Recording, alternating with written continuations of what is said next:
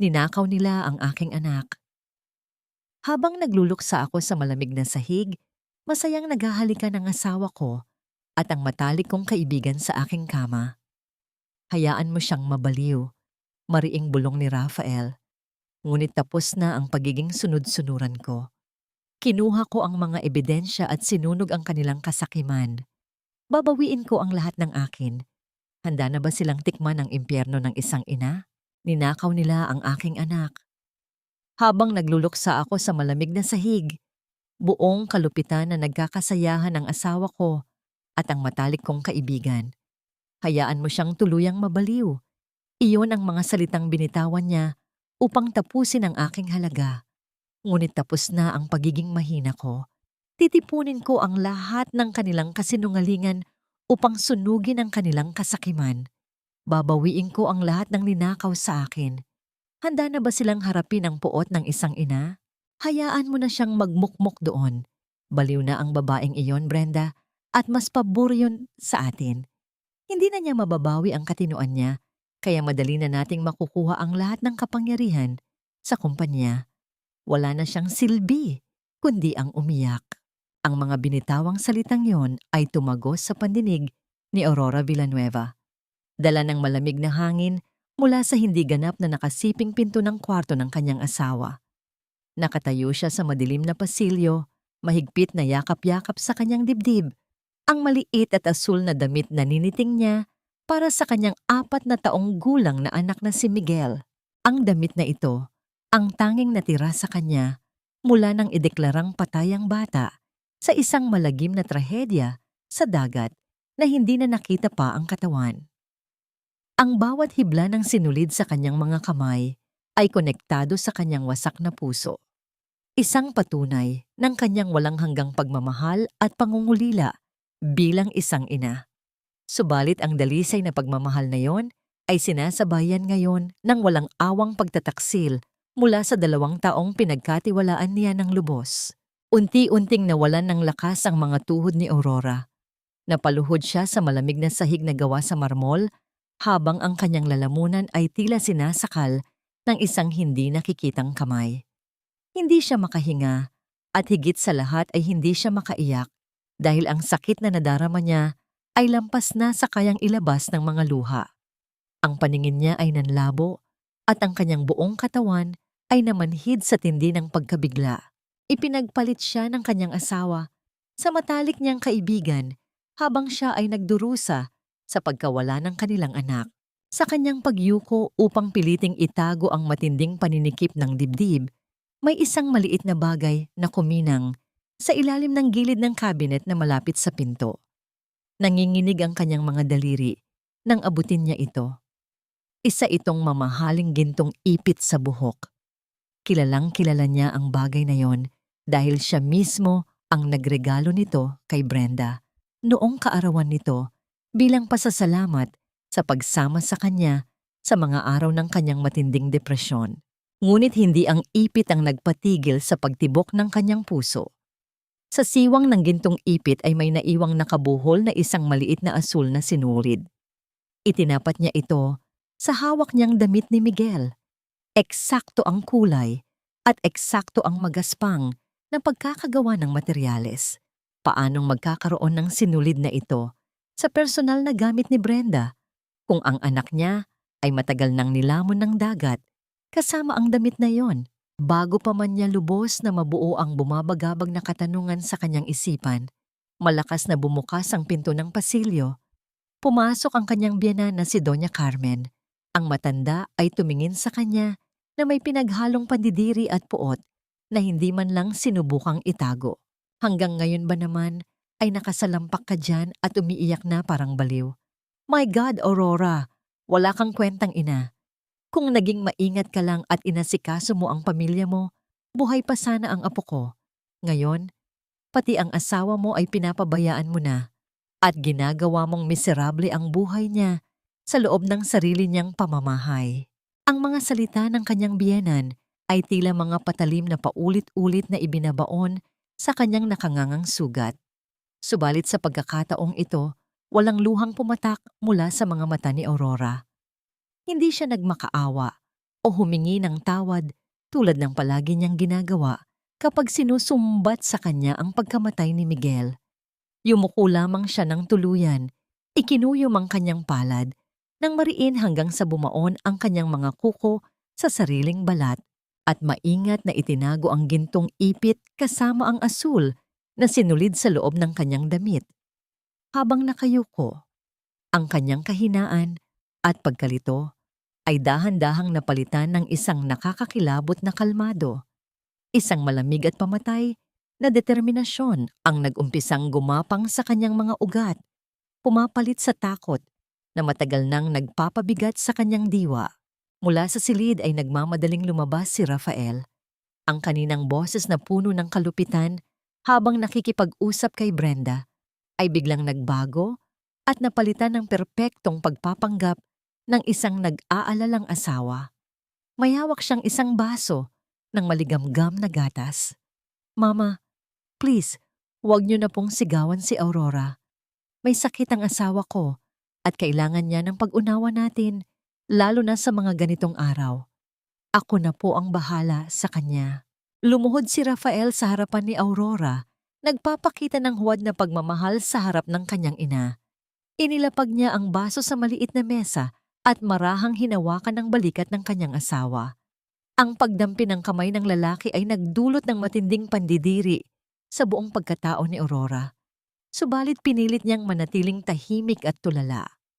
Sa kanyang pag-angat ng tingin upang magpanggap na tinatanggap ang awa nito, napako ang kanyang mga mata sa ibaba. Sa gilid ng mamahaling sapatos na katad ni Rafael ay may mga makapal na bahid ng sariwa at mapulang putik. Isang uri ng putik na hindi kailanman matatagpuan sa malinis na kalsada ng syudad o sa paligid ng kanilang tahimik na mansyon. Bumilis ang paghinga ni Aurora.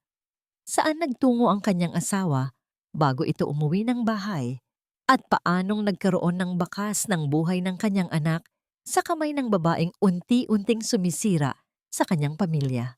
Hindi maalis sa isipan ni Aurora ang kakaibang kulay ng putik na nakadikit sa gilid ng sapatos ni Rafael habang dahan-dahan nitong iniaabot sa kanya ang baso ng maligamgam na gatas. Tinanggap niya ito ng may nanginginig na mga daliri. Pinipilit na itago ang matinding pagkasuklam na nag-aalab sa kanyang dibdib. Ngumiti si Rafael. Isang ngiting dati ay nagbibigay sa kanya ng kapanatagan, ngunit ngayon ay nagdudulot ng kilabot sa kanyang buong pagkatao.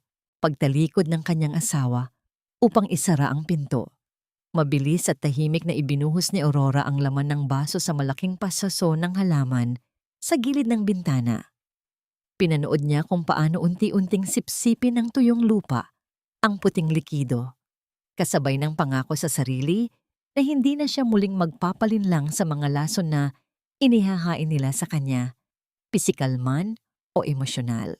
Kinaumagahan, nagpaalam si Aurora na dadalaw sa sementeryo upang bisitahin ang puntod ng kanyang anak.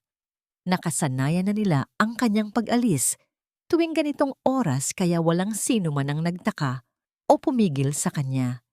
Subalit sa halip na tumungo sa himlayan ng mga yumao, dinala siya ng kanyang sasakyan sa isang liblib at tahimik na kapehan sa labas ng syudad.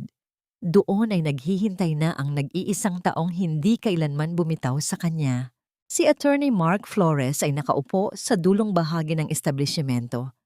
Bakas ang labis na pag-aalala sa kanyang matipunong muka nang makita ang pamumutla at panginginig ng ginang.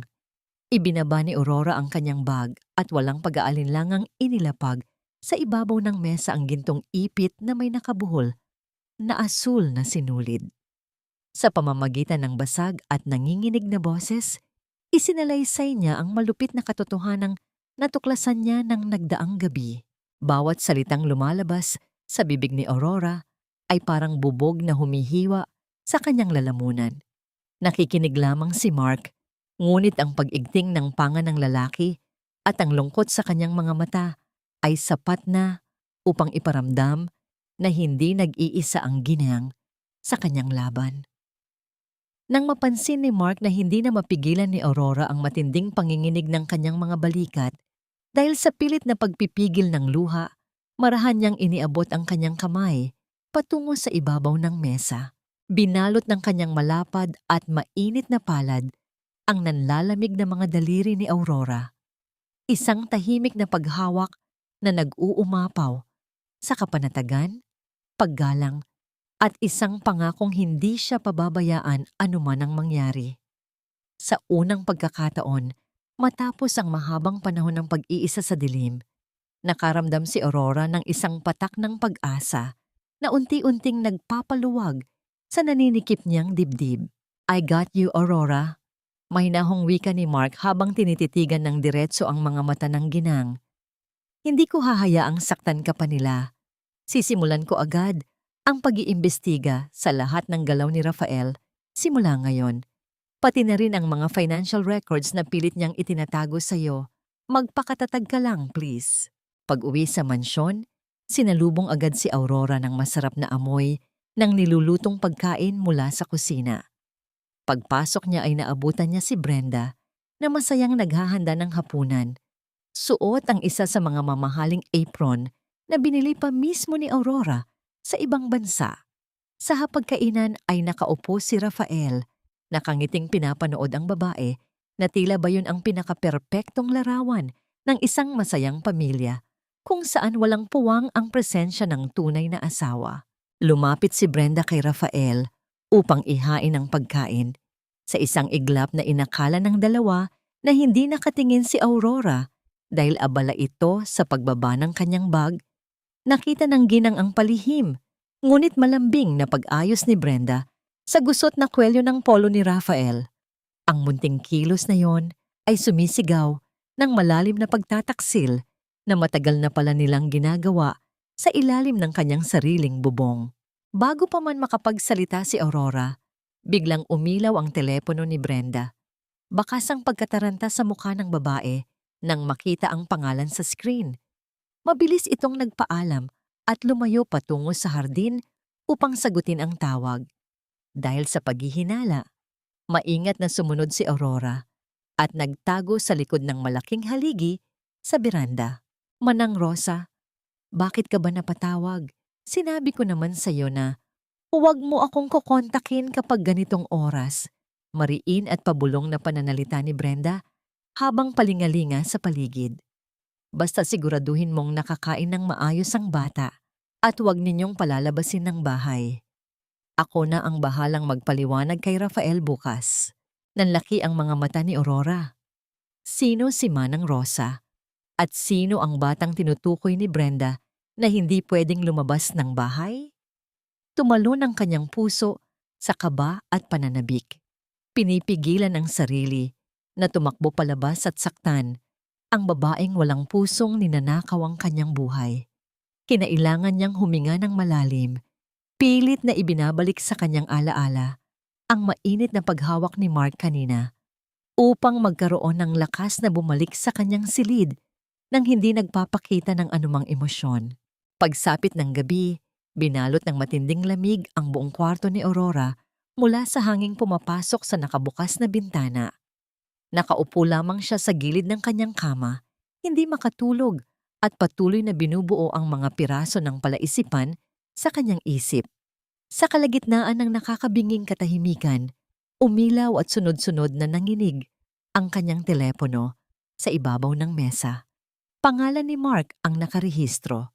Agad niya itong sinagot at ang boses sa kabilang linya ay nagdala ng panibagong alon ng emosyon na halos magpatigil sa kanyang paghinga.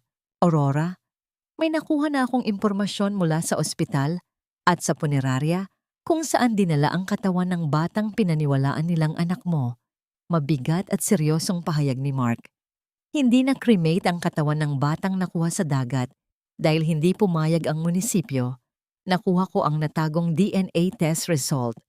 Aurora, the DNA does not match Rafael's or yours. Hindi si Miguel ang batang inilibing ninyo.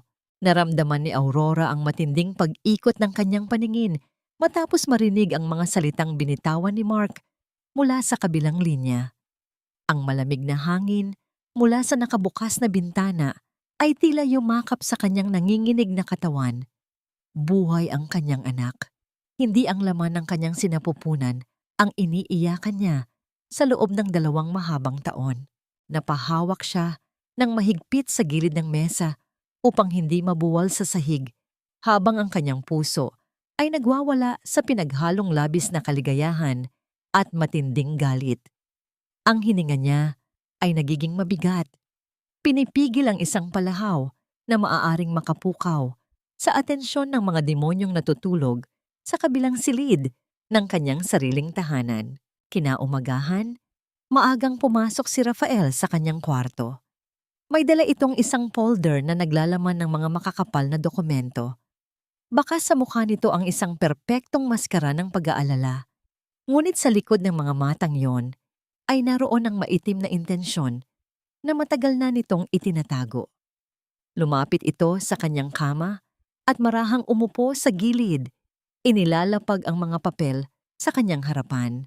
Aurora, love, kailangan na nating ayusin ang mga papeles ng kumpanya. Malumanay ngunit may diin na pakiusap ni Rafael. Nakikita kong nahihirapan ka pa rin hanggang ngayon. You can't handle the stress anymore. Ako na muna ang bahalang magpatakbo ng lahat para makapagpahinga ka ng maayos. Habang nakayuko ang lalaki upang kunin ang panulat mula sa kanyang bulsa, isang nakatuping kapirasong papel ang bahagyang lumawit mula rito. Pamilyar kay Aurora ang ganoong uri ng papel.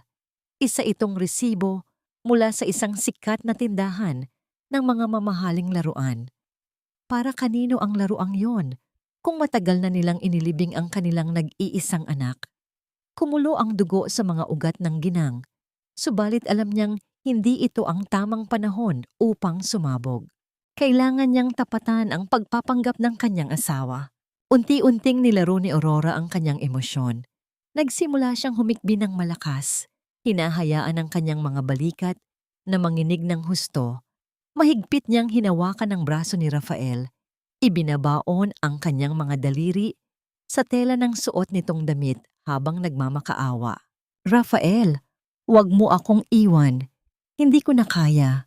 Umiiyak niyang sambit habang pilit pinanginginig ang kanyang boses upang magmukhang tunay ang kanyang pag-atake ng nerbiyos. Ngunit sa loob-loob niya, sukdulan ang pandidiring nararamdaman sa bawat pagdampi niya sa lalaking sumira sa kanyang buhay. Nakita niya ang mabilis na pagguhit ng isang palihim na ngiti sa mga labi ng kanyang asawa. Isang ngiti ng tagumpay at matinding kumpiyansa na tuluyan na ngang nabaliw ang kanyang asawa.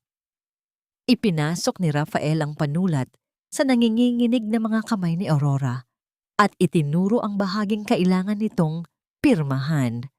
Ang dokumento ay isang special power of attorney na magbibigay ng buong karapatan kay Rafael upang kontrolin ang lahat ng yaman ng pamilya Villanueva. Ibinaba ni Aurora ang dulo ng panulat sa papel. Sa mismong pagguhit niya ng kanyang pangalan, isang mainit na luha ang kumawala mula sa kanyang mata at bumagsak ng tuwid sa ibabaw ng kanyang pirma. Pinanood ni Rafael ang pagpatak ng luhang iyon nang may awa sa muka. Hindi alam na ang luhang iyon ay hindi nagmula sa kalungkutan, kundi sa umaapaw na pagkasuklam at puot ng isang inang nakahandang bawiin ang kanyang ninakaw na buhay. Nang makuha na ni Rafael ang kanyang nais, nagpaalam itong may mahalagang pulong na pupuntahan. Pagkasara ng pinto, mabilis na nawala ang mga luha at panginginig sa katawan ni Aurora. Tumayo siya at mabilis na kumuha ng telepono upang palihim na kuhanan ng malilinaw na litrato ang lahat ng pahina ng kopya ng dokumentong naiwan sa kanya. Ipinadala niya ang lahat ng larawan kay Mark upang agad itong gawan ng legal na hakbang at harangin ang anumang bisa nito sa hukuman bago pa man ito magamit ng kanyang asawa. Hindi niya hahayaang magtagumpay ang mga sakim sa kanilang masasamang balak. Pagsapit ng hapon, habang nakatitig si Aurora sa labas ng bintana at pinagmamasdan ang pagdating ni Brenda na tila ba walang ginagawang kasalanan sa mundo, biglang umilaw ang kanyang telepono sa ibabaw ng kama. Isang voice message mula kay Mark ang pumasok. Pinakinggan niya ito nang may nag-aabang na hininga. Aurora, panimulan ng malalim at seryosong boses ng abogado. Isang boses na nagiging sandigan ng kanyang lakas at nagbibigay ng kakaibang init sa kanyang nanlalamig na mundo. Natuntun ko na ang lokasyon ni Manang Rosa, pati na ang sasakyang laging ginagamit ni Brenda. Papunta na ako ngayon sa Tagaytay. Ang pangalan ng lugar na yon ay umalingaw-ngaw sa isipan ni Aurora, nagdadala ng malamig na pangako ng katotohanan. Tagaytay. Hindi mapigilan ni Aurora ang sarili. Ang malamig na pangako ng Tagaytay ay tila isang magnetong humihila sa kanyang buong pagkatao. Nagdahilan siya kay Doña Carmen na nais niyang magpahangin sa hardin at pagkatapos ay tahimik siyang nagmaneho palabas ng mansyon, pilit na inaalala ang direksyong ibinigay ni Mark mula sa mensahe nito. Wala siyang pakialam sa panganib. Hindi niya kayang maupo lamang sa loob ng bahay at maghintay habang ang laman ng kanyang sinapupunan ay nasa labas at hawak ng mga taong sumira sa kanyang buhay. Nang makarating siya sa isang makipot at mabatong daan sa gilid ng bundok, nakita niya ang pamilyar na sasakyan ng abogado na nakaparada sa ilalim ng malalaking puno ng pino. Bumaba si Aurora at sinalubong siya ni Mark na may halong gulat at matinding pag-aalala sa mukha. Aurora, why are you here? Delikado ito, baka may makakita sa'yo. Tila may pagbabawal sa boses ni Mark habang inaalalayan siyang maglakad patungo sa masukal na bahagi ng gubat. I can't just wait, Mark. Anak ko ang pinag-uusapan natin. Mariin at nanginginig na tugon ni Aurora. Ang kanyang mga mata ay nagmamakaawa ng pangunawa. Umiling na lamang si Mark. Lubos na nauunawaan ang nag-aapoy na pananabik ng isang ina. Dahan-dahan silang naglakad patungo sa isang nakatagong bahagi ng damuhan na nakaharap sa isang malaki at lumang rest house. Napapaligiran ng kabahayan ng matataas na pader na may mga matutulis na bakal sa itaas. Sa labas ng malaking tarangkahan ay may dalawang lalaking nagbabantay, maingat na nagmamasid sa paligid. Bawat pag-ihip ng malamig na hangin ay tila nagbabaon ng yelo sa buto ni Aurora. Ngunit ang init ng kanyang determinasyon ay hindi kayang patayin ng anumang lamig mula sa kabundukan. Mula sa kabilang kalsada, isang pamilyar na itim na sasakyan ang huminto sa tapat ng gate. Bumaba ang bintana nito upang kausapin ang mga gwardiya bago tuluyang bumukas ang matibay na bakal na pinto. Bumaba mula sa sasakyan si Brenda. May bitbit itong mga makukulay na kahon ng mamahaling laruan, ang parehong brand ng resibong nakita ni Aurora sa bulsa ng kanyang asawa nang nagdaang umaga. Ang pagngisi ng babae sa mga gwardiya ay nagdulot ng pagbaligtad sa sikmura ni Aurora. Ito ang babaeng pinakain niya sa kanyang mesa, binihisan at itinuring na kapatid na ngayoy siya palang malupit na magnanakaw ng kanyang sariling pamilya. Iniabot ni Mark ang isang largabista kay Aurora. Nanginginig ang mga kamay ng ginang nang itapat niya ito sa kanyang mga mata. Sa gitna ng malawak at madamong hardini ng rest house, isang munting figura ang tumatakbo habang hinahabol ang isang lumilipad na paru-paro. Unti-unting luminaw ang mukha ng bata. Tumigil ang pag-ikot ng mundo ni Aurora. Nawala ang lamig ng hangin, nawala ang takot, at ang tanging natira ay ang imahe ng kanyang 4 na taong gulang na anak. Si Miguel. Buhay na buhay. Tila tumangkad ito ng bahagya. Ngunit ang inosenteng hugis ng mukha nito at ang mga matang nakuha sa kanya ay hindi nagbago. At sa pagyuko ng bata upang pulutin ang isang bato, nakita ni Aurora ang isang bagay na nagpaluha sa kanya ng tuluyan. Sa leeg ni Miguel ay nakasabit pa rin ang maliit na kwintas na may palawit na hugis bituin. Ang huling regalong ibinigay niya bago mangyari ang pekeng trahedya. Hindi nakakalimot ang kanyang anak. Suot pa rin nito ang piraso ng pagmamahal ng kanyang tunay na ina. Isang matinding alon ng pangungulila ang biglang sumakop kay Aurora. Nakalimutan niya ang plano. Nakalimutan niya ang panganib. Ang tanging isinisigaw ng kanyang kaluluwa ay ang mayakap ang laman ng kanyang sinapupunan at ilayo ito sa mga halimaw. Humakbang siya pasulong, nakabukas ang bibig upang tawagin ang pangalan ni Miguel, ngunit bago pa man siya makawala sa mga puno, ay mabilis siyang nahawakan ni Mark. Niyakap siya ng abogado nang mahigpit mula sa likod. Ibinabao ng mukha nito sa kanyang balikat, habang ang matitipunong braso nito ay pumulupot sa kanyang baywang upang pigilan ang kanyang pagpupumiglas. "Please, Aurora, no." Nag-aalalang pakiusap ni Mark na nararamdaman sa kanyang paghinga malapit sa tainga ni Aurora. Kapag nakita nila tayo, itatago nilang muli ang bata. Baka hindi na natin siya mahanap. Konting tiis lang. Ibabalik ko siya sa'yo. Pangako. Ang init ng pagyakap na yon at ang katapatan sa boses ng lalaki ay unti-unting nagpabalik sa rasyonal na pag-iisip ni Aurora. Ibinaon niya ang kanyang mukha sa mga bisig ni Mark. Hinahayaan ang mga walang tunog na luha na basain ang manggas ng damit ng abogado. Naroroon ang sakit at matinding pangungulila. Ngunit ang proteksyong ipinadarama ni Mark ay nagsilbing angkla upang hindi siya tuluyang malunod sa emosyon. Isang patunay ng tahimik ngunit malalim na pagmamalasakit na handang isugal ang lahat para sa kanyang kaligtasan. Pikit mata niyang tinanggap ang haplos ng lalaki, nag-iipon ng lakas mula sa presensya nito. Nang muli siyang sumulyap sa hardin, may isang katanungang gumambala sa kanyang isipan. Masayang tinanggap ni Miguel ang mga laruan mula kay Brenda. Hindi ito nagpapakita ng kalungkutan. Wala itong bakas ng takot o paghahanap sa kanyang tunay na ina.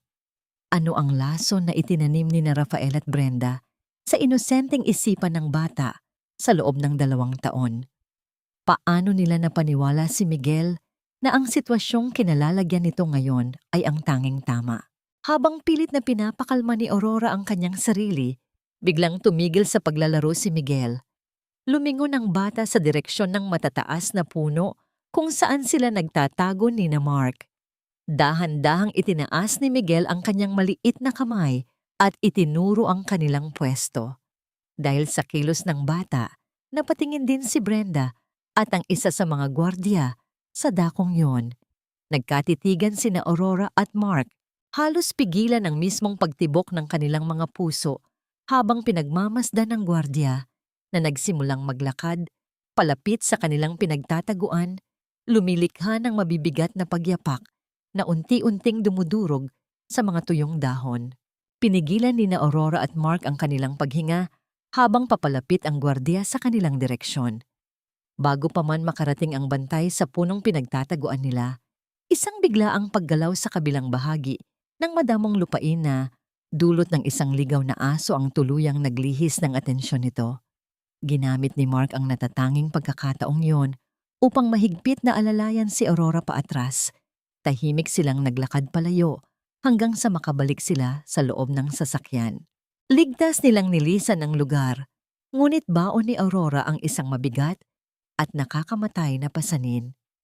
Ang hindi niya mayakap ang kanyang anak, matapos makita itong buhay ay isang uri ng pagpapahirap na sumusubok sa natitira niyang katinoan. Sa buong biyahe pa uwi, nakatingin lamang siya sa labas ng bintana. Tahimik na umiiyak habang inaalala ang inosenteng mukha ni Miguel at ang munting kwintas na nakasabit sa leeg nito. Pagsapit ng gabi sa mansyon, ang bawat hapunan ay tila naging isang malupit na paglilitis kung saan si Aurora ang laging nasasakdal. Habang nakatingin sa kanyang walang lamang plato, sinadya ni Doña Carmen na magsalita nang may mariing diin upang iparamdam ang matinding pagkadismaya nito. My God, sana ay kumuha na lang si Rafael ng bagong asawa na kayang mag-alaga sa kanya at magbigay sa akin ng apo. Panunumbat ng matanda, ang mga mata ay nanlilisik sa galit. Wala ka nang ginawa, kundi ang magmukmok at maging pabigat sa pamilyang ito. Yumuko lamang si Aurora. Itinatago ang matalim na kislap ng kanyang mga mata. Ngunit sa pagyuko niyang iyon, sa ilalim ng mahabang mesa na natatakpan ng makapal na puting tela, nakita niya ang tahimik na paggapang ng kamay ni Brenda patungo sa hita ni Rafael. Isang nakakadiri at mapang-akit na haplos na tinugon naman ng lihim ng ngiti ng kanyang asawa. Ang matinding pagkasukla may umakyat sa lalamunan ni Aurora, ngunit pinilit niyang lunukin ito ng buo. Mula sa pagiging isang kaawa-awang biktima, ang kanyang puso ay unti-unting nababalot ng yelo upang maging isang tahimik at mapagmatyag na maninila sa loob ng sarili niyang tahanan. Wala na siyang luhang isusukli sa mga lason na inihahain nila sa kanya araw-araw. Nang matiyak niyang abala ang lahat sa sala pagkatapos ng hapunan, palihim na pumasok si Aurora sa pribadong silid-aklatan ni Rafael. Ang lamig ng seradura ng pinto ay nagpapanindig sa kanyang mga balahibo, ngunit hindi ito sapat upang pigilan ang kanyang mga hakbang. Agad niyang binuksan ang laptop ng asawa. Ginamit niya ang mga hakbang na itinuro sa kanya ni Mark upang mahanap ang mga nakatagong record ng negosyo. Bumilis ang kanyang paghinga nang matagpuan niya ang patunay ng unti-unting paglilipat ni Rafael ng malalaking pondo patungo sa mga offshore bank accounts. Sa kanyang mabilis na paghahalungkat, isang partikular na folder ang umagaw sa kanyang pansin. Ang pangalan nito ay nakarehistro bilang Operation Paris Flight. Bago pa man niya lubusang mabuksan ang laman ng folder upang makita ang buong plano ng pagtakas ng dalawa, nakaramdam siya ng papalapit na mga yabag sa labas ng pintuan. Mabilis na hinugot ni Aurora ang flash drive mula sa makina at naghahanap ng matataguan. Ang tanging lugar na maaari niyang silungan ay ang likuran ng makapal at mahabang kurtina na nakasabit sa gilid ng malaking bintana. Pumasok ang tao at mula sa manipis na siwang ng tela ay nakilala niya ang bulto ni Brenda. Nagtungo ang babae sa lalagyan ng alak sa gilid ng silid upang magsalin sa isang mamahaling baso. Sa bawat paggalaw ni Brenda, ramdam ni Aurora ang matinding pag-ikot ng kanyang sikmura. Ang malakas na pintig ng kanyang puso sa loob ng kanyang dibdib ay parang isang nakakabinging kaba na takot siyang marinig ng buong silid. Nasinghot niya ang matapang at pamilyar na pabango ni Brenda na iilang pulgada lamang ang layo sa kanya, isang amoy na nagpapaalala ng lahat ng panlilinlang at kawalang hiyaan na ginawa nito sa kanyang likuran. Lumapit si Brenda sa gawin ng bintana upang pagmasdan ang madilim na kalangitan sa labas. Habang nakatayo roon, dahan-dahang itinaas nang maituturing niyang matalik na kaibigan ang kamay nito. Unti-unting inaabot ang malamig na hawakan at ang makapal na tela ng kurtinang nagkukubli sa nanginginig na katawan ni Aurora. Ang malamig at makapal na tela ng kurtina ay tila naging huling harang sa pagitan ng kaligtasan ni Aurora at ng tuluyang pagkasira ng kanyang mga plano. Habang unti-unting inaangat ni Brenda ang kanyang kamay upang hawiin ang tela, pakiramdam ni Aurora ay tila huminto ang pag-ikot ng mundo at umurong ang lahat ng dugo sa kanyang katawan. Bago pa man tuluyang mahawakan ni Brenda ang gilid ng kurtina, bumukas ang pintuan ng silid-aklatan. Pumasok ang isa sa mga kasambahay upang maglinis ng silid. Mabilis na lumingon si Brenda, bakas ang pagkagulat na agad na palitan ng matinding inis. Mariin nitong pinagalitan ng katulong at inutusang lumabas bago tuluyang sumunod pababa ng hagdan upang ipagpatuloy ang pagbubunganga. Naiwang nakatayo si Aurora sa dilim, nanginginig ang buong katawan at habol ang kanyang hininga. Ngunit matagumpay niyang nakuha ang lahat ng kinakailangang ebidensya mula sa computer ng kanyang asawa. Kinabukasan, sa loob ng ligtas at tahimik na tanggapan ni Mark, maingat na inilapag ni Aurora ang maliit na imbakan ng datos sa ibabaw ng mesa. Pinagmasdan niya kung paano lumalim ang mga kunot sa noo ng abogado habang mabilis na sinusuri ang libu-libong pahina ng dokumento. Bawat paggalaw ng mga mata ni Mark sa harap ng makina ay nagpapabigat sa hanging bumabalot sa silid.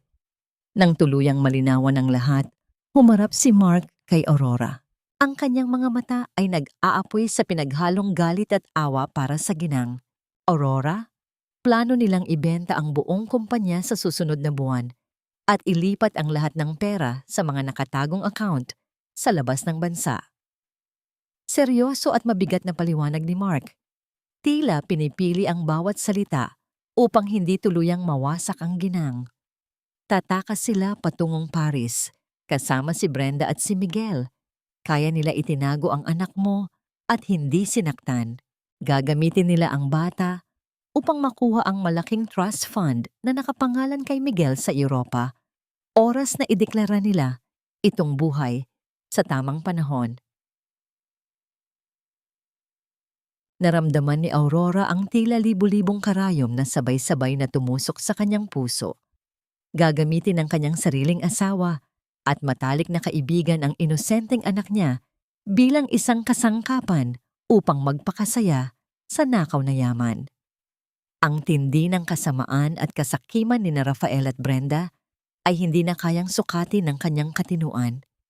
Kusang pumatak ang mga mainit na luha mula sa kanyang mga mata, sunod-sunod at puno ng pagdurusa, habang pinipilit niyang takpan ang kanyang bibig upang pigilan ang isang malakas na paghikbi.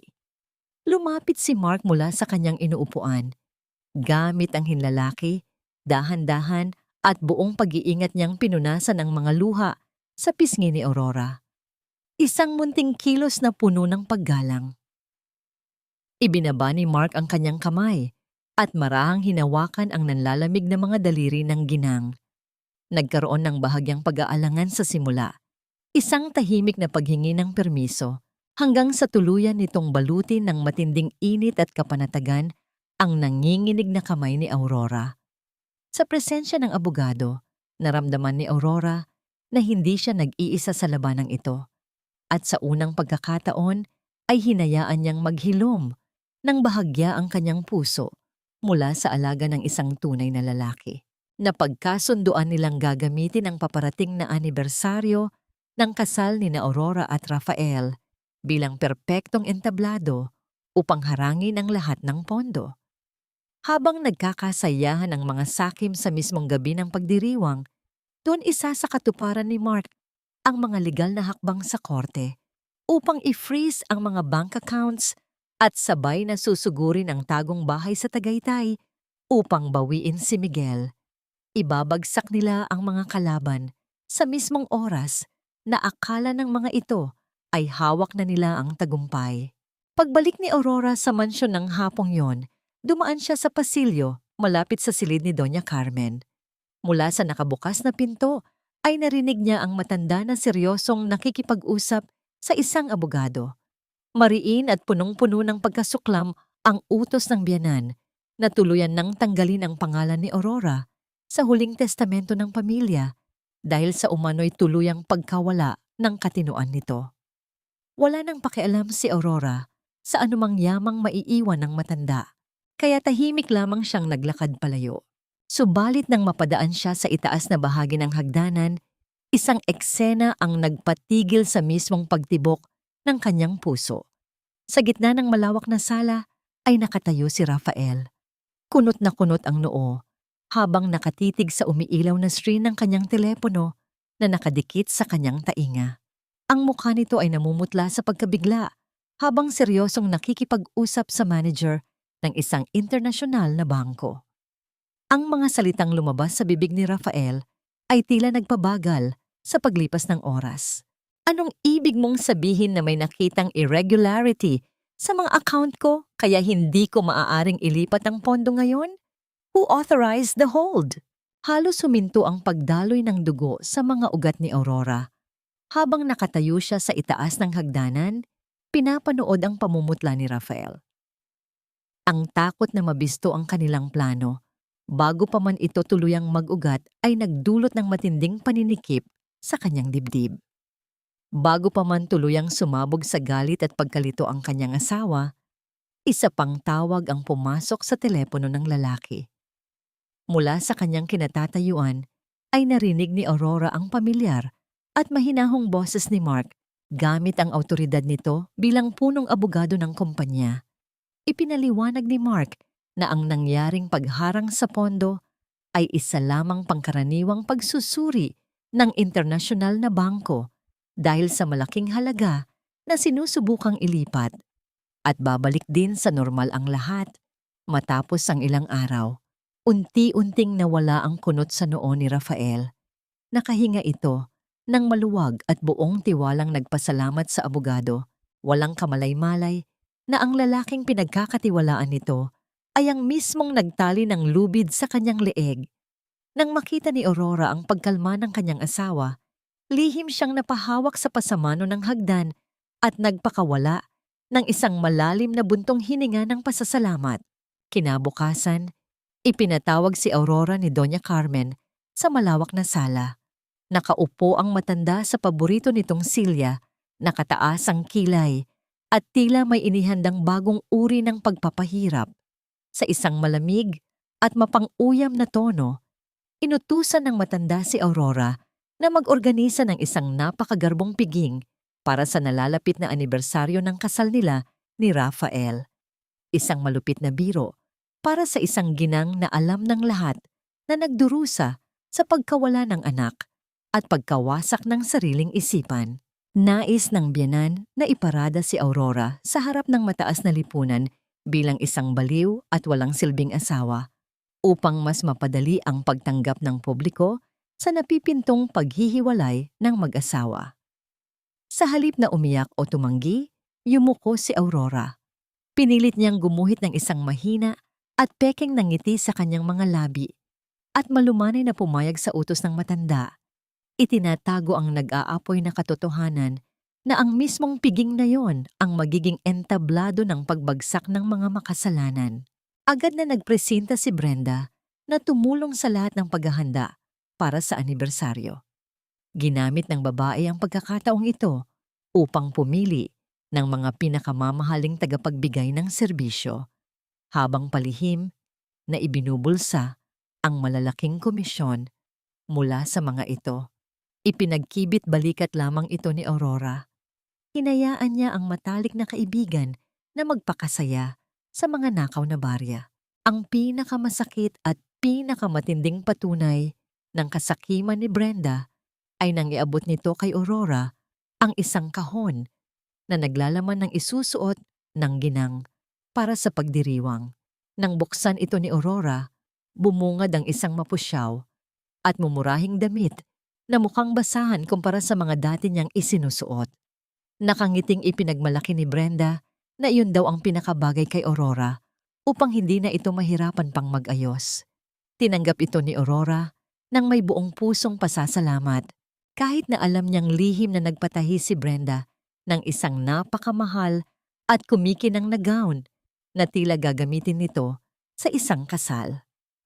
Bawat panliliit at pangiinsulto ay maingat na inipon ni Aurora sa kanyang dibdib, ginagawang gasolina upang mas magliyab ang kanyang determinasyon. Sa mga sumunod na araw, naging isang tahimik na anino si Aurora sa loob ng sarili niyang mansyon. Gamit ang mga maliliit na kagamitang ibinigay ni Mark, palihim niyang inirecord ang bawat patagong pagkikita, bawat halik na ninanakaw sa mga madidilim na pasilyo, at bawat nakakadiring usapan ni Rafael at Brenda na nagpapatunay ng kanilang mga plano. Bawat salitang nakukuha niya ay parang punyal na humihiwa sa kanyang balat, ngunit hindi siya umiyak. Ang mga luhang dati ay mabilis na pumapatak, ay tuluyan ng natuyo at napalitan ng isang malamig at nakakakilabot na pagtitimpi. Bisperas ng malaking piging. Habang inaayos ni Aurora ang huling mga detalye sa kanyang isipan, nakatanggap siya ng isang lihim na mensahe mula kay Mark. Ayon sa abogado, nagpadala siya ng mga taong magbabantay sa paligid ng rest house sa Tagaytay upang tiyakin ang kaligtasan ni Miguel. Ngunit may napansin silang isang kahina-hinalang itim na van na umaaligid sa labas ng mataas na bakod nito. Bago pa man makapagtanong si Aurora kung anong ibig sabihin ng mensaheng iyon, narinig niya ang boses ng kanyang asawa mula sa nakabukas na pinto ng silid-aklatan. Tahimik na lumapit si Aurora at idinikit ang kanyang sarili sa malamig na pader upang makinig. Nagsasalita si Rafael sa telepono. Ang boses nito ay may halong pagmamadali at matinding pag-iingat. Oo, bukas ng gabi habang nagkakagulo ang lahat sa party. Linisin niyo na ang buong bahay sa Tagaytay at huwag kayong mag-iiwan ng anumang bakas. Ilipat niyo na ang bata. Tila binuhusan ng nagyayelong tubig si Aurora Villanueva habang nakasandal ang kanyang likod sa malamig na pader sa labas ng silid-aklatan.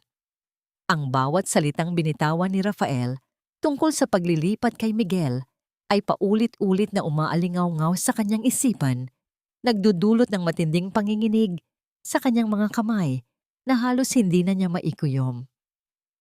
Sa gitna ng dilim ng pasilyo, ang tanging nagbibigay sa kanya ng lakas ay ang matinding takot na baka tuluyan nang mawala ang kanyang anak oras na mailipat ito ng mga sakim. Mabilis siyang bumalik sa kanyang silid at sa pamamagitan ng nanginginig na mga daliri ay tinawagan niya si Mark.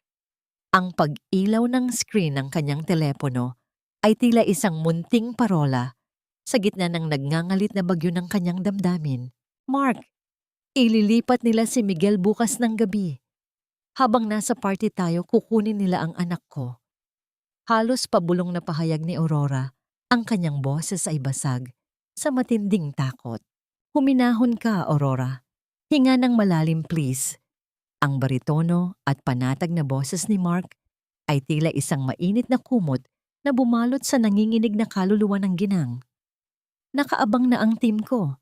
Binago natin ang plano. Habang abala ang lahat sa party, ako mismo ang pupunta sa Tagaytay upang bawiin si Miguel. Hindi ako papayag na mailayo nila ang bata. Magtiwala ka sa akin, Aurora. Just focus on being the queen of that party. Ako ang bahala sa anak mo. Ang pangako ni Mark ay naghatid ng isang uri ng kapayapaan na matagal nang hindi nararamdaman ni Aurora. Isang malalim na buntong hininga ang kumawala sa kanyang dibdib. At sa unang pagkakataon, naramdaman niya ang init ng pag-asa na unti-unting pumapawi sa lamig ng kanyang pagkatao. Pagkatapos ng kanilang pag-uusap, tumayo si Aurora at tiningnan ang kanyang sarili sa malaking salamin. Sinimulan niyang linisin ang kanyang silid, itinapon ang mga lumang damit na nagpapaalala sa kanyang pagiging biktima at ang mga gamot na pilit na ipinapainom sa kanya upang maging mukhang baliw. Bawat kilos niya ay may kasamang panunumpa na tapos na ang panahon ng kanyang pagtatago sa anino ng kalungkutan. Binuksan ni Aurora ang isang nakatagong bahagi ng kanyang cabinet at inilabas ang isang malaking itim na kahon. Sa loob nito ay nakahimlay ang isang nagniningning na pulang gown, isang kulay na sumisimbolo sa dugo ng kanyang pagdurusa at sa apoy ng kanyang paghihiganti. Isang malaking insulto ito sa maputla at mumurahing damit na ibinigay ni Brenda, na ngayoy nakahandusay na parang basahan sa isang sulok ng silid. Habang hinahawakan ni Aurora ang makinis na tela ng pulang gown, naramdaman niya ang muling pagkabuhay ng kanyang kapangyarihan bilang isang ina at bilang isang Villanueva. Samantala, tinapos na ni Mark ang huling mga dokumento para sa freeze order ng lahat ng bank accounts ni Rafael at Brenda. Sa ganap na 8:00 ng gabi, sa gitna ng kasagsagan ng piging, ang lahat ng yaman na ninakaw ng mga ito ay mawawalan ng saysay. Tinawagan ni Mark si Aurora sa huling pagkakataon bago ang malaking gabi. Walang maraming salita. Ang katahimikan sa kabilang linya ay puno ng emosyong hindi na kailangan pang bigkasin. Aurora, pagpasok mo sa pinto ng ballroom bukas, wag na wag kang lilingon pabalik. Iwanan mo na lahat ng sakit sa labas. I am doing my part and I know you will do yours. See you on the other side of this victory. Malumanay na wika ni Mark. Ang kanyang boses ay may dalang kakaibang haplos sa puso ng ginang na naghatid ng matinding kilig at kapanatagan. Dumating ang gabi ng anibersaryo. Ang buong mansyon ay puno ng malalakas na ilaw, mamahaling palamuti, at ang mababang ugong ng mga usapan mula sa mga panauhing kabilang sa mataas na lipunan. Sa loob ng kanyang silid, dahan-dahang ipinahid ni Aurora ang isang matapang at matingkad na pulang lipstick sa kanyang mga labi. Ang bawat pagpahid niya ay tila pagguhit ng hangganan sa pagitan ng kanyang nakaraan at ng kanyang kinabukasan. Ang kanyang mga mata, na dati ay laging puno ng luha, ay ngayoy nagniningning sa kakaibang talim at linaw. Lumabas siya ng silid at naglakad patungo sa itaas ng malaking hagdanan. Mula sa ibaba, nakita niya si Rafael at Brenda na masayang tumatanggap ng mga bati Suot ang kanilang mga mapanlinlang na ngiti. Ang lahat ay nag-aabang sa paglabas ng sinasabi nilang baliw na asawa. Nang dahan-dahang bumukas ang malaking pinto ng ballroom, ang lahat ng ingay ay biglang napalitan ng isang nakakabinging katahimikan. Ang bawat pares ng mga mata ay napako sa figura ni Aurora Villanueva na nakatayo sa tuktok ng hagdan, tila isang reynang handang bawiin ang kanyang kaharian sa gitna ng nag-aapoy na pulang gown. Ang bawat hakbang ni Aurora Villanueva sa pababa ng malaking hagdanan ay tila isang pagtapal sa mukha ng bawat taong naroroon sa bulwagan. Ang nagniningning na pulang gown na kanyang suot ay tila isang buhay na apoy na unti-unting tumutupok sa lahat ng pangungutya at mapanlinlang na awa na ibinabato sa kanya sa loob ng 2 taon. Ang katahimikang bumalot sa buong ballroom ay sapat na upang marinig ang bawat paghinga ng mga bisita na hindi makapaniwala sa kanilang nakikita. Sa paanan ng hagdan, si Rafael ay nanatiling nakatayo na tila isang estatwa. Ang kanyang mukha ay nawalan ng kulay habang ang kanyang mga mata ay nananatiling nakapako sa asawa na inakala niyang tuluyan na niyang nadurog. Sa tabi nito, si Brenda ay nanginginig ang mga kamay habang mahigpit na hawak ang kanyang baso ng wine. Ang kanyang gown na pinaghandaan ng husto ay biglang nagmukhang maputla at walang saysay sa harap ng maringal na presensya ni Aurora. Dahan-dahang lumapit si Aurora kay Rafael. Ang bawat kislap ng kanyang mga alahas ay tila sumasalamin sa talim ng kanyang determinasyon. Nang marating niya ang asawa, hinawakan niya ang braso nito nang may sapat na diin upang iparamdam ang kanyang presensya bago ito marahan na hinalikan sa pisngi. Ang pagdampi ng kanyang mga labi sa balat ng lalaki ay malamig at puno ng lason na siya lamang ang nakakaalam. "Happy anniversary, love!" Bulong ni Aurora sa tainga ni Rafael, sapat na malakas upang marinig ng mga taong malapit sa kanila. "Sana ay magustuhan mo ang inihanda kong regalo para sa iyo ngayong gabi. Isang regalong hindi mo kailanman malilimutan." Habang nagaganap ang tensyon sa loob ng mansyon, sa kabilang panig naman ng lalawigan, narating ni na Mark ang madilim at liblib na bahagi ng Tagaytay. Ang lamig ng gabi ay tila mas lalong tumitindi habang pinagmamasdan nila ang mataas na bakod ng rest house. Hindi nag-atubili ang abogado, gamit ang kanyang talino at ang awtoridad ng mga pulis na kasama niya. Hinarap nila ang mga gwardyang nakabantay sa gate. Walang anumang ingay ng kaguluhan, tanging ang matigas na paninindigan ni Mark at ang legal na dokumentong hawak niya ang naging susi upang mapilitan ang mga bantay na tumabi at hayaan silang makapasok sa loob ng bakuran. Ang bawat pagyapak ni na Mark sa madamong hardin ay puno ng pag-iingat.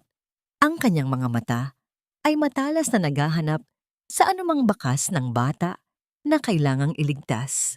Sa loob ng ballroom, hindi na mapigilan ni Doña Carmen ang kanyang nag-aalab na galit. Para sa matanda, ang ginawang pagpapakita ni Aurora na puno ng kumpiyansa ay isang malaking sampal sa kanyang awtoridad. Sa gitna ng pagtitipon, inutusan niya ang mga tauhan na iabot ang mikropono kay Aurora. Nais niyang ipahiya ang ginang sa harap ng lahat, nais niyang pilitin itong magsalita tungkol sa yumaong anak upang muling bumalik ang kahinaan nito at magmukhang baliw sa harap ng mataas na lipunan. "Aurora, iha," simula ni Doña Carmen sa isang boses na puno ng huwad na tamis, ngunit may dalang kamandag. "Dahil gabi niyo ito ni Rafael, bakit hindi ka magbahagi ng ilang salita para sa aming lahat? Sabihin mo sa amin kung paano mo kinakaya ang pangungulila sa aking apo. Ngayong 2 taon na ang nakakalipas." Lahat ng mata ay nakatitig kay Aurora, nag-aabang sa kanyang pagguho. Kinuha ni Aurora ang mikropono nang walang bakas ng kaba. Tumingin siya ng diretso sa kanyang biyenan, pagkatapos ay kay Rafael at Brenda na ngayoy hindi na malaman kung saan titingin dahil sa matinding pagkabalisa. Sa halip na umiyak, isang matamis at nakakakilabot na ngiti ang gumuhit sa mga labi ng ginang. Ang kanyang boses ay naging malinaw at buo. Tila isang kumpas ng hustisya na umaalingaw-ngaw sa bawat sulok ng silid. Ang pangungulila ay isang mahabang paglalakbay. Panimula ni Aurora. Ang kanyang mga mata ay nagniningning sa kakaibang liwanag. Ngunit ang katotohanan ay tila isang langis sa tubig. Kahit gaano mo ito pilitin, na ibaon sa ilalim ng dagat. Lagi at lagi, itong lulutang upang ipakita ang tunay nitong anyo. Ngayong gabi, lahat tayo ay magiging saksi sa muling pagkabuhay ng lahat ng inakala nating patay na. Kasabay ng kanyang mga salita, sa kabilang dako ng Tagaytay, narating ni Mark ang isang madilim at nakakandadong silid sa pinakadulong bahagi ng rest house. Dahan-dahan niyang inikot ang malamig na hawakan ng pinto. Ang kanyang puso ay tila sasabog sa matinding kaba para sa kaligtasan ng bata. At sa loob ng ballroom, sa likuran ni Rafael, ang malaking screen na nakakabit sa pader ay biglang umilaw. Unti-unting nagpapakita ng isang larawang magpapabago sa kapalaran ng lahat ng taong naroroon. Ang malaking screen sa gitna ng bulwagan ay biglang nagbuga ng matinding liwanag, dahilan upang mapukaw ang atensyon ng bawat panauhing naroroon. Ngunit sa halip ng mga larawan ng masayang pagsasama ng mag-asawa, isang madilim at lihim na tagpo ang bumitad sa paningin ng lahat. Isang video ang nagsimulang umandar. Isang pagtatagpong naganap sa loob mismo ng mansyong ito, sa silid na inakala ni Rafael at Brenda na walang makakakita sa kanila. Malinaw na malinaw ang bawat kislap ng pagnanasa sa kanilang mga mata habang sila ay naghahalikan, at mas lalong malinaw ang bawat salitang binitawan nila na puno ng kamandag at pagtataksil. Hayaan mo na ang matandang yan. Ang boses ni Brenda ay umalingaw-ngaw sa buong ballroom, puno ng pangungutya, habang tinutukoy si Doña Carmen. Malapit na rin naman siyang mamatay, Rafael. Kapag nakuha na natin ang kumpanya at ang lahat ng yaman ni Aurora, iiwan natin ang matandang yan sa isang nursing home at hindi na tayo babalik. Let her rot there. Ang bawat bisita ay tila napako sa kanilang kinatatayuan habang naririnig ang malupit na tawanan ni Rafael at Brenda. Sa video, habang pinagtatawanan nila ang pagiging baliw ni Aurora. Ang katahimikan sa bulwagan ay naging kasing bigat ng tingga bago ito unti-unting napalitan ng mga bulungan ng pagkabigla at pagkasuklam. Si Doña Carmen ay tila nawalan ng hininga. Ang kanyang mukha na dati ay puno ng pagmamalaki ay ngayoy namumutla at nanginginig sa matinding kahihiyan at galit. Lumingon ang matanda kay Brenda at sa isang iglap ng nag-aapoy na puot ay malakas niyang sinampal ang babaeng inakala niyang tapat na kaibigan ng pamilya. You gold-digging snake! Ginamit niyo ako! Ang sigaw ng matanda ay puno ng sakit at pagsisisi, habang ang kanyang mga kamay ay patuloy na nanginginig. Sinubukan ni Rafael na tumakbo patungo sa control room upang patayin ang projector.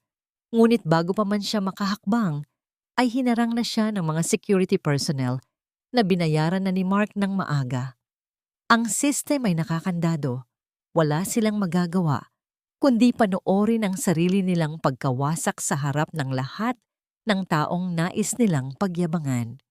Si Brenda, sa gitna ng gulo, ay sumubok na sumugod kay Aurora. Ang kanyang mukha ay naging parang halimaw sa tindi ng desperasyon. You did this! Ikaw ang may kasalanan ng lahat!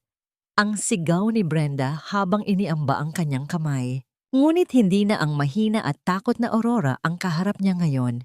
Sa isang mabilis at matatag na pagkilos, sinalag ni Aurora ang kamay ni Brenda at ibinalik dito ang isang napakalakas at malutong na sampal na nagpatumba sa kabit sa malamig na sahig. Ang pagbagsak ni Brenda ay tila sumisimbolo sa pagguho ng lahat ng kanyang ambisyon. Inayos ni Aurora ang kanyang pulang gown at humarap sa kanyang asawa nang may malamig na ngiti. Inilabas niya ang mga dokumento ng freeze order at estafa mula sa kanyang maliit na bag. Wala na kayong pera, Rafael. Wala na kayong kumpanya. At higit sa lahat, wala na kayong dangal. Ang boses ni Aurora ay kalmado, ngunit bawat salita ay tila isang hatol ng kamatayan para sa mga sakim. Lahat ng ninakaw niyo ay babalik na sa tunay na nagmamay-ari. Sa gitna ng tensyon at sigawan ng mga tao, biglang nanginig ang teleponong hawak ni Aurora. Isang pangalan ang lumitaw sa screen, si Mark. Nanginginig ang kanyang buong pagkatao nang sagutin niya ang tawag. Inilalapit ang telepono sa kanyang tainga habang pilit na pinatitigil ang pag-ikot ng mundo sa paligid niya. Mula sa kabilang linya, narinig niya ang isang boses na 2 taon na niyang hindi nararamdaman. Isang boses na tila isang himala mula sa langit na muling nagbigay ng buhay sa kanyang patay na puso. Mama? Mama, nasaan ka po? I want to go home. Ang munting tinig na yon ni Miguel ay tila isang kuryenteng gumapang sa buong katawan ni Aurora. Napaluhod siya sa mismong sahig ng ballroom, hindi dahil sa panghihina, kundi dahil sa umaapaw na pasasalamat at labis na kaligayahan na hindi na kayang dalhin ng kanyang puso. Ang kanyang mga luha ay muling pumatak, ngunit sa pagkakataong ito, ang bawat patak ay puno ng pag-asa at ang matamis na lasa ng tagumpay ng isang ina. Napaluhod si Aurora Villanueva sa gitna ng marangyang bulwagan, hinahayaan ang kanyang mga palad na dumampi sa malamig na sahig habang ang kanyang buong pagkatao ay nanginginig sa bawat salitang nagmumula sa telepono. Ang boses ni Miguel ay tila isang banal na himig na nagpatahimik sa lahat ng ingay at kaguluhang nagaganap sa kanyang paligid. Para sa kanya, ang bawat hininga ng kanyang anak na naririnig niya mula sa kabilang linya ay mas mahalaga pa sa lahat ng kayamanan at kapangyarihang ipinaglalaban ng mga tao sa loob ng ballroom. Hindi na niya alintana ang mga mapanuring mata ng mga panauhin o ang matalim na titig ng kanyang biyenan. Sa sandaling iyon, ang tanging nag-e-exist sa mundo ni Aurora ay ang katotohanang muling nabuhay ang kanyang pag-asa. Nang marinig ni Rafael ang pangalan ng kanyang anak mula sa bibig ni Aurora, ang kanyang mukha ay nilamon ng matinding takot at kawalan ng pag-asa. Alam niyang ito na ang dulo ng kanyang mga kasinungalingan. Mabilis niyang hinawakan ang braso ni Brenda, na ngayoy tila isang basang sisiw na nanginginig sa takot, at sinubukan nilang tumakas patungo sa malaking pintuan ng ballroom. Ngunit bago pa man sila makalabas, ang bawat daan ay hinarangan ng mga matitipunong lalaki na nakauniporme ng kapulisan. Ang liwanag mula sa mga asul at pulang ilaw ng mga sasakyan sa labas ay nagsimulang pumasok sa mga bintana. Tila isang babala na ang hustisya ay hindi na mapipigilan. Rafael Delgado at Brenda Santos, kayo ay nasa ilalim ng pag-aresto para sa mga kasong kidnapping, estafa at falsification of documents. Mariin ang tinig ng opisyal na tumunog sa buong bulwagan, nagbibigay ng matinding kahihiyan o hiya sa harap ng lahat ng mga kagalang-galang na panauhin. Sa gitna ng tensyon, ang malaking pinto ng ballroom ay muling bumukas ng dahan-dahan. Ang lahat ng mga panauhin ay napasinghap at mabilis na tumabi upang bigyang daan ang isang lalaking may seryoso ngunit mapayapang anyo. Pumasok si Attorney Mark Flores. Ang kanyang mga mata ay agad na hinanap si Aurora. Ngunit ang mas nakakuha ng atensyon ng lahat ay ang batang karga-karga ni Mark. Isang batang lalaki na may suot na asul na pulo. Ang kanyang mga mata ay puno ng pagtataka, ngunit walang bakas ng takot. Sa sandaling makita ni Aurora ang kanyang anak, tila tumigil ang pagdaloy ng oras. Tumayo siya nang nanginginig ang mga tuhod. Ang kanyang mga mata ay nanlalabo dahil sa umaapaw na mga luha. Bawat hakbang ni Mark patungo sa kanya ay tila libu-libong taon ang binabagtas. Nang maibaba ni Mark si Miguel sa sahig, ang bata ay tumingin sa kanyang ina. Sa isang iglap, ang pagkilala ay gumuhit sa inosenteng mukha ng bata at ang tanging salitang lumabas sa kanyang mga labi ay nagpabasag sa natitirang katigasan ng puso ng bawat taong nakikinig. "Mama!" sigaw ni Miguel habang mabilis na tumatakbo patungo kay Aurora. Niyakap ni Aurora ang kanyang anak nang may matinding higpit, tila natatakot na baka muli itong maglaho kung bibitawan niya. Ibinaon niya ang kanyang muka sa maliit na balikat ni Miguel. Nilalanghap ang amoy ng kanyang anak na matagal niyang ipinagkait sa kanyang sarili. Ang kanyang mga hikbi ay hindi na puno ng hinagpis, kundi ng wagas at dalisay na pasasalamat. Naramdaman niya ang maliliit na kamay ni Miguel na yumayakap din sa kanyang leeg, isang haplos na nagpatahimik sa lahat ng mga sugat na idinulot ng nakaraan.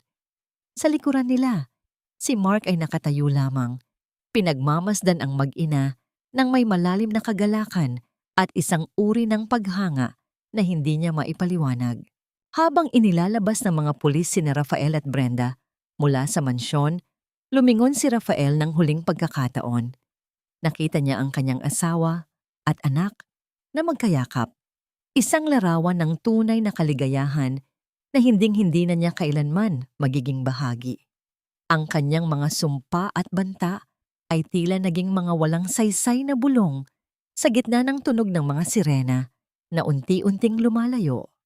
Sa loob ng ballroom, ang katahimikan ay napalitan ng malalalim na buntong hininga ng mga bisita. Ang ilan ay hindi mapigilang punasan ang sarili nilang mga luha dahil sa nasaksihang himala ng pag-ibig ng isang ina.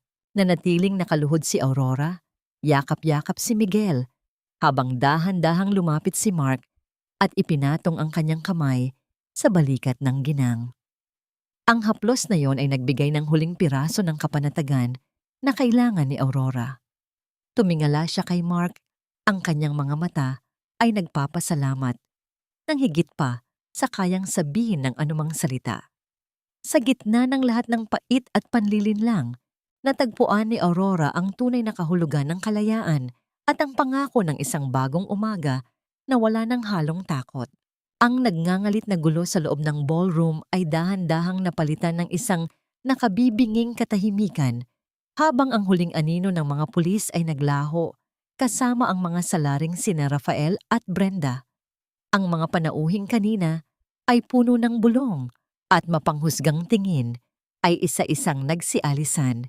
Iniiwan ang mansyon na tila isang abandonadong kaharian ng mga kasinungalingan. Sa gitna ng malawak na bulwagan, naiwang nakaupo sa sahig si Doña Carmen. Ang kanyang marangyang gown ay gusot-gusot at ang kanyang mga alahas ay tila nawalan ng ningning, sumasalamin sa pagkawasak ng kanyang dangal at ng kumpanyang inakala niyang mapoprotektahan ng kanyang kasakiman. Wala ni isa sa kanyang mga tinatawag na kaibigan ang lumapit upang siya ay alalayan. Bawat isa ay tinalikuran siya dahil sa takot na madamay sa bahid ng kahihiyang iniwan ng kanyang anak. Dahan-dahang lumapit si Aurora Villanueva sa kanyang biyenan. Hindi siya naglakad ng mayabang o pag-uuyam, kundi taglay ang isang uri ng kapayapaan na tanging ang mga taong nakalampas na sa impyerno ang makakamit. Tumingala ang matanda. Ang kanyang mga mata ay puno ng pighati at huling bakas ng pride. Ngunit walang nakitang galit si Aurora sa kanyang puso. Tanging isang malamig na katotohanan. Hindi ako narito para kutyain ka, Mama. Ang boses ni Aurora ay malumanay, tila isang ihip ng hangin sa gitna ng nagbabagang disyerto. Nais ko lang ipaalala na ang karma ay hindi isang parusa, kundi isang salamin ng ating mga sariling gawa. Pinili mong konsintihin ang kasamaan ni Rafael dahil sa takot na mawalan ng yaman, ngunit sa huli, ang takot na yon ang siyang umubos sa lahat ng mayroon ka. Ngayon, harapin mo ang katahimikang ikaw rin ang bumuo. Tinalikuran ni Aurora ang matanda. Hindi na nilingon ang paghikbi nito na tila isang tuyong dahon na nalalaglag sa semento. Sa labas ng mansyon, naghihintay si Mark Flores. Nakasandal ang abogado sa kanyang sasakyan. Ang kanyang mga mata ay nagbabantay sa maliit na bata na mahimbing nang natutulog sa backseat. Nang makita niya si Aurora, isang tipid ngunit tapat na ngiti ang sumilay sa kanyang mga labi. Walang kailangang bigkasin na mga salita. Ang bawat sulyap at ang marahang pagtango ni Mark ay sapat na upang iparamdam kay Aurora na sa wakas Tapos na ang giyera. Inihatid sila ni Mark sa isang ligtas at payapang bahay bakasyunan na malayo sa ingay ng syudad at sa mapanuring mata ng publiko. Ang bahay ay napapaligiran ng mga puno ng mangga at ang tanging naririnig ay ang banayad na paghampas ng mga alon mula sa malapit na dagat. Matapos maingat na mailatag ni Aurora si Miguel sa kama at masigurong mahimbing ang tulog nito, lumabas siya patungo sa balkonahe. Doon ay dinatnan niya si Mark na nakatanaw sa madilim na kalawakan ng langit na puno ng kumikinang na mga bituin. Salamat, Mark. Higit pa sa pasasalamat ang nararamdaman ko sa lahat ng isinakripisyo mo. Mahinang wika ni Aurora habang nararamdaman ang malamig na simoy ng hangin sa kanyang pisngi. Humarap si Mark sa kanya. Ang kanyang anyo ay tila isang matibay na haligi sa gitna ng nagbabagong mundo ni Aurora. Hindi siya agad sumagot. Bagkus ay dahan-dahang hinubad ang kanyang suot na jacket at isinampay ito sa mga balikat ni Aurora upang bigyan ng ginang ng init mula sa lamig ng gabi. Ang haplos ng tela at ang init na nagmumula sa presensya ng lalaki ay nagdulot ng isang matinding kurot sa puso ni Aurora. Isang uri ng kilig na matagal na niyang inakalang patay na, ngunit ngayon ay unti-unting muling nabubuhay sa ilalim ng respeto at pag-aalaga ni Mark. You don't have to say anything, Aurora. Bulong ni Mark, ang kanyang boses ay puno ng lalim at katapatan. Ang makita kang ligtas at ang makitang yakap mo muli, si Miguel. Iyon ang tanging kabayaran na mahalaga sa akin. Mula ngayon, wala nang mananakit sa inyo. I promise you that. Nagkaroon ng mahabang sandali ng katahimikan sa pagitan nila. Isang katahimikang hindi nakatatakot, kundi puno ng pag-unawa at paghilom. Ang kanilang mga balikat ay bahagyang nagkadikit, habang sabay silang nakatingin sa abot-tanaw. Sa mga oras na yon, naramdaman ni Aurora na ang bawat sugat ng kanyang nakaraan ay unti-unting natatapalan ng pag-asa. Gayunpaman, ang kapayapaang iyon ay bahagyang naantala nang dahan-dahang umilaw ang telepono ni Mark sa ibabaw ng maliit na mesa. Isang mensahe mula sa presinto ang pumasok. Nang basahin ito ni Mark, isang seryosong ekspresyon ang muling gumuhit sa kanyang mukha. Tumingin siya kay Aurora at sa pamamagitan ng kanyang mahinahong tinig, ibinahagi niya ang huling balita na tila isang huling hampas ng rehas na bakal. Kabababa lang ng balita mula sa kulungan, Aurora. Sinasabing kanina pa nag-aaway at nagtuturuan sina Rafael at Brenda sa loob ng kanilang mga selda. Wala na ang kanilang pagkakaisa. At bukas, ang buong bansa ay malalaman ang bawat detalye ng kanilang karumaldumal na ginawa sa'yo at kay Miguel. Ang bawat hakbang ni Aurora Villanueva sa loob ng malamig at madilim na pasilyo ng presinto ay tila isang paglakad patungo sa huling kabanata ng kanyang madilim na nakaraan. Ang hangin sa loob ay may amoy ng kalawang at luma. Isang kapaligirang malayo sa marangyang buhay na kanyang kinalakihan, ngunit dito niya naramdaman ang isang uri ng kalayaang hindi kayang bilhin ng salapi. Hindi siya naparito upang maghiganti pa dahil ang batas na ang gumagawa niyon para sa kanya. Naparito siya upang tuluyan ng bitawan ng mga tanikalang matagal nang nabaon sa kanyang pagkatao. Nang marating niya ang kabilang panig ng makapal na salamin, bumungad sa kanya ang anyo ni Brenda Santos. Wala na ang kumikinang na mga alahas at ang makinis na ayos ng buhok ng babaeng inakala niyang matalik na kaibigan. Ang mukha ni Brenda ay maputla, may malalalim na itim sa ilalim ng mga mata, at ang suot nitong uniforme ay tila sumasakal sa kanyang dating mataas na ambisyon. Sa sandaling makita nito si Aurora, mabilis na dumikit ang mga palad ni Brenda sa salamin. Ang kanyang mga mata ay nanunuyo at puno ng desperasyon. Aurora, please! BFF tayo, di ba? Utang na loob, bawiin mo ang mga demanda. Ang boses ni Brenda ay basag at nanginginig mula sa speaker ng intercom. Pinilit lang ako ni Rafael. Takot ako sa kanya, Aurora. Please, maawa ka sa akin. Para na tayong magkapatid, di ba? Tinitigan lamang siya ni Aurora nang may malamig at walang kibo na ekspresyon. Ang mga salitang magkapatid at BFF ay tila mga walang saysay na tunog sa kanyang pandinig. Naalala niya ang bawat gabi na umiiyak siya dahil sa pag-aakalang patay na ang kanyang anak, habang si Brenda ay masayang nagpapakasasa sa kanyang yaman at sa piling ng kanyang asawa. Ang mga kapatid ay hindi nagnanakaw ng anak Brenda. Ang boses ni Aurora ay kalmado, ngunit bawat salita ay tila isang matalim na hatol. At ang mga kaibigan ay hindi pumapatay sa katinuan ng kapwa nila. Hindi ako ang nagkulong sa iyo rito, kundi ang sarili mong kasakiman. Ngayon, matuto kang mabuhay sa piling ng sarili mong mga anino. Pagkatapos noon ay sunod niyang hinarap si Rafael. Ang lalaki ay nakaupo ng tuwid. Pilit pa ring pinananatili ang kanyang hambog na anyo sa kabila ng rehas na bakal. Nang magtama ang kanilang mga mata, sinubukan ni Rafael na gamitin ang huling sandata ng isang manipulator, ang gaslighting. Ginawa ko lang ang lahat ng iyon dahil pinabayaan mo ako, Aurora. Mariing wika ni Rafael. Ang kanyang boses ay puno ng pait. Naging masyado kang abala sa kumpanya at kay Miguel. Nakalimutan mo na may asawa ka. Kung naging mabuti kang asawa, hindi sana tayo umabot sa ganito. Kasalanan mo rin ang lahat ng ito. Isang mapait na ngiti ang gumuhit sa mga labi ni Aurora. Ang mga salita ni Rafael ay hindi na tumatagos sa kanyang puso.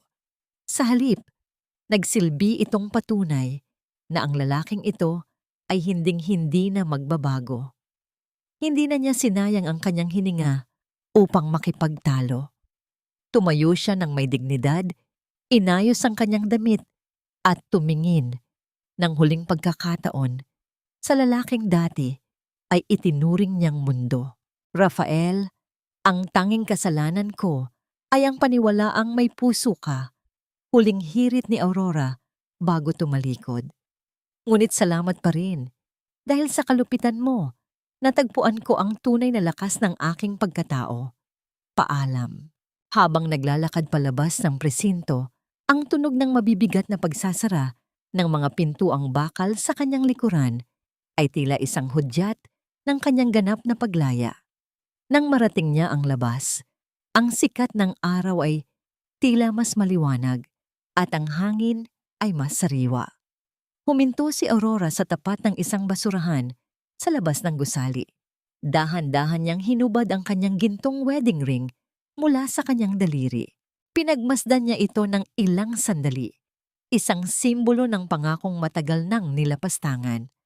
Sa isang payapang pagkilos, hinayaan niyang mahulog ang singsing sa gitna ng mga basura, hindi na lumilingon pa sa likod. Sa dulo ng kalsada, nakasandal si Mark Flores sa kanyang sasakyan. Nang makita niya si Aurora, tumayo siya ng maayos at binigyan ng ginang ng isang nangiting puno ng paghanga at pagkilala. Lumakad si Aurora patungo sa kanya. Ang bawat hakbang ay magaan at puno ng kumpiyansa. Inabot ni Mark ang kanyang kamay upang alalayan si Aurora. Isang simpleng kilos na nagpadama ng matinding init at respeto. Tapos na ba ang lahat? Mahinahong tanong ni Mark habang tinititigan ang mga mata ni Aurora na ngayoy malinaw na at wala nang bakas ng takot. Huminga ng malalim si Aurora at marahang ipinatong ang kanyang kamay sa palad ni Mark. Ang pagdampi ng kanilang mga balat ay nagdulot ng isang matamis na kilig na sumisimbolo sa isang bagong simula. Isang ugnayang hindi nabuo sa panlilin lang, kundi sa katapatan. Oo, Marga. Mark, handa na ako sa bagong simula. Tugon ni Aurora nang may wagas ng ngiti. Sumakay sila sa sasakyan at dahan-dahang nilisan ng lugar. Habang pinagmamasdan ni Aurora ang abot-tanaw mula sa bintana, isang huling katanungan ang pumasok sa kanyang isip. Pagkatapos ng lahat ng pait at sakit, sapat na kaya ang panibagong bukas upang tuluyang malimot ang mga sugat na iniwan ng kahapon? Ang pagbabalik ni Aurora Villanueva sa gitna ng matayog na gusali ng kanilang kumpanya ay hindi lamang isang pagbawi ng posisyon, kundi isang pagbawi ng kanyang ninakaw na dangal. Habang naglalakad siya sa gitna ng malawak na lobby, ang bawat mata ng kanyang mga empleyado ay nakatitig sa kanya ng may matinding paggalang at paghanga. Wala na ang mga bulong tungkol sa isang baliw na asawa. Ang bawat pagyapak ng kanyang sapatos sa makinis na sahig ay nagpapahiwatig ng awtoridad ng isang tunay na reyna na muling naghari sa kanyang kaharian. Ang sikat ng araw na tumatagos sa malalaking salamin ng gusali ay tila nagbibigay ng gintong liwanag sa kanyang anyo. Sumisimbolo sa kanyang tagumpay laban sa dilim ng nakaraan. Sa loob ng boardroom, kung saan dati ay pinipilit siyang pumirma sa kanyang sariling kapahamakan, nakaupo ngayon si Aurora sa kabisera ng mahabang mesa. Ang bawat dokumentong inilalatag sa kanyang harapan ay binabasa niya nang may matalas na paningin.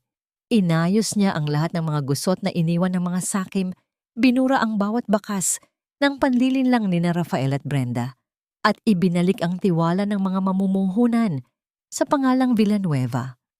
Ang kanyang boses, na dati ay nanginginig sa takot, ay ngayoy buo at puno ng kumpiyansa habang nagbibigay ng mga direktiba. Good morning, Ma'am Aurora. It's so good to have you back. Everything is being settled as you ordered. Bunggad ng kanyang sekretarya na may tapat na ngiti. Thank you. I want a full audit of the logistics department. Wala dapat matirang bakas ng mga illegal na ginawa nila. Tugon ni Aurora nang may matatag na tinig, habang marahang itinatama ang ayos ng kanyang mamahaling suit. Ngunit higit sa lahat ng tagumpay sa negosyo, ang pinakamahalagang bahagi ng bagong buhay ni Aurora ay nagaganap sa labas ng mga pader ng kumpanya. Nang hapon ding iyon, dinala siya ng kanyang sasakyan sa harap ng isang maganda at tahimik na paaralan. Nakatayo siya sa labas ng malaking tarangkahan, kasabay ng iba pang mga magulang, habang naghihintay sa pagtatapos ng klase. Nang dahan-dahang bumukas ang pinto ng silid-aralan, lumabas ang isang munting bata na may bitbit na makulay na bag. Si Miguel! Ito ang kanyang unang araw sa eskwelahan, isang simpleng kaganapan na inakala ni Aurora na hinding-hindi na niya masasaksihan kailanman. Nang makita ng bata ang kanyang ina, ang mukha nito ay nagliwanag sa wagas na katuwaan.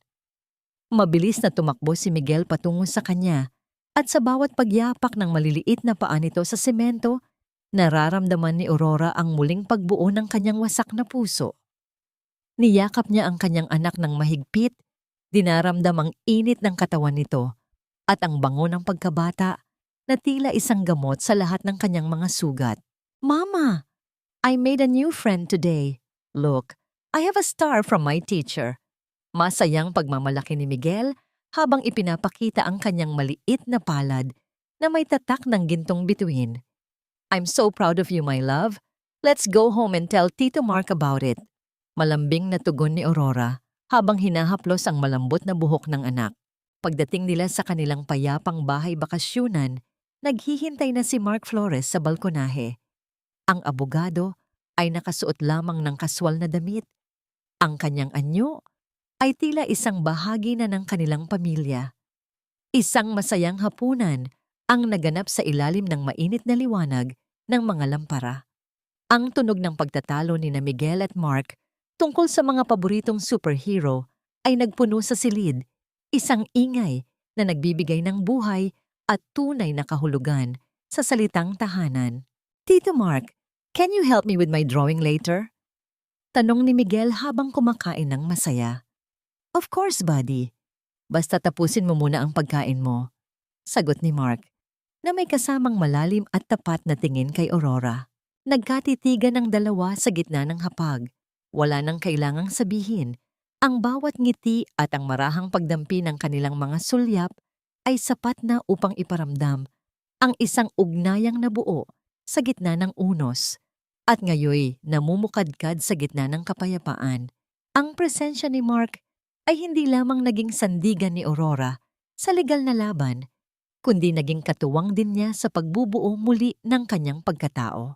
Matapos ang hapunan, lumabas si Aurora sa hardin at pinagmasdan ang unti-unting paglubog ng araw sa abot-tanaw.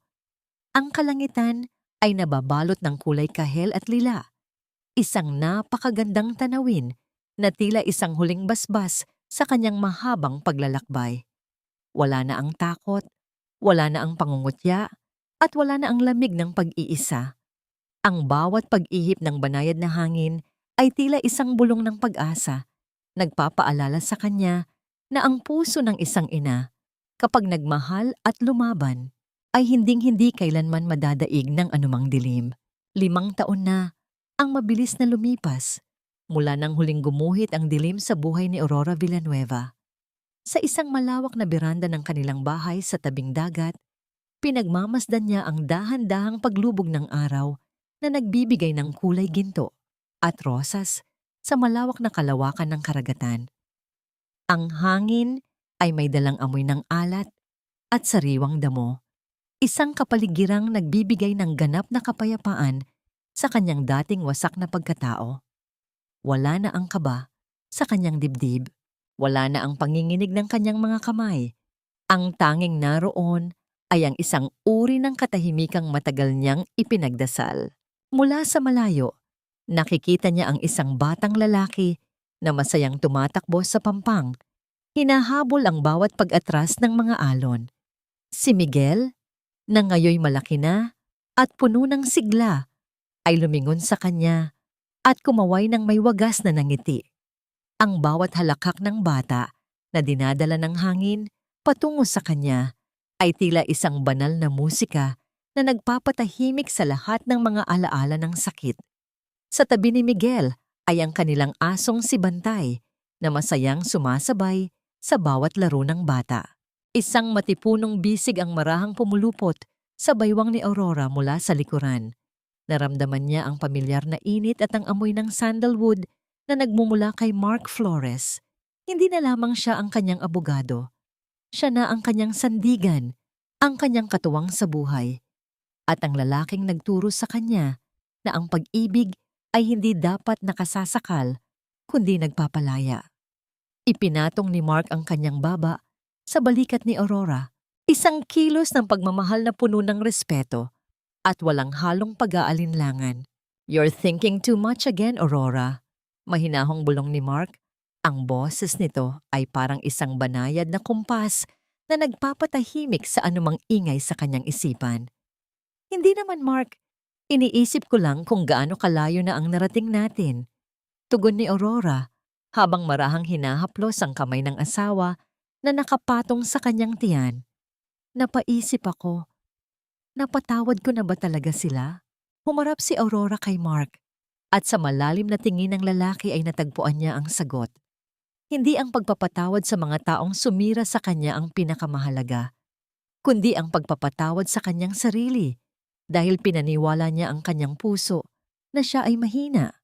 Para kina Rafael at Brenda, ang kanilang parusa ay ang mabulok sa loob ng malamig na rehas habang unti-unting kinakain ng sarili nilang pagsisisi at pagtuturuan. Ang balita tungkol sa kanilang paghihirap sa loob ng kulungan ay hindi na nagdudulot ng katuwaan kay Aurora, kundi isang malalim na buntong hininga ng paglimot. Tapos na ang kanilang kabanata sa kanyang libro. Ang mahalaga ay ang kapayapaang naririto ngayon. Wika ni Mark habang marahang idinidikit ang kanyang noo sa noo ni Aurora. "They no longer have power over you, Aurora. You won. Not because they lost, but because you chose to live and love again." Lumapit si Miguel sa kanila.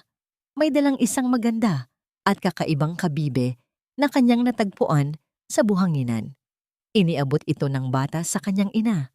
Ang mga mata nito ay nagniningning sa katuwaan. Tinanggap ito ni Aurora at hinawakan ng mahigpit. Tila isang simbolo ng lahat ng mga magagandang bagay na laging lumulutang pagkatapos ng isang malakas na bagyo. Ang tunay na pamilya na pagtanto ni Aurora ay hindi lamang nasusukat sa dugo o sa isang pirasong papel ng kasal. Ito ay matatagpuan sa mga taong pinipiling manatili sa iyong tabi kahit sa pinakamadilim na bahagi ng iyong buhay. Ang puso ng isang ina ay ang pinakamabayaning sandata sa mundo. kayang tiisin ang bawat sugat, kayang maghintay sa gitna ng kawalan, at kayang bumangon mula sa trotal na pagkawasak upang protektahan ang kanyang mahal sa buhay. Habang ang huling sinag ng araw ay tuluyang naglalaho sa abot-tanaw, naglakad ang tatlo pumasok sa loob ng kanilang tahanan. Ang bawat hakbang nila sa tuyong buhangin ay nag-iiwan ng mga bakas na agad na binubura ng dagat. Ngunit ang pag-ibig at katatagan na kanilang nabuo ay hinding-hindi kailanman mabubura ng anumang panahon. Sa wakas, si Aurora Villanueva ay hindi na isang biktima ng kahapon, kundi isang reyna ng kanyang sariling panibagong umaga.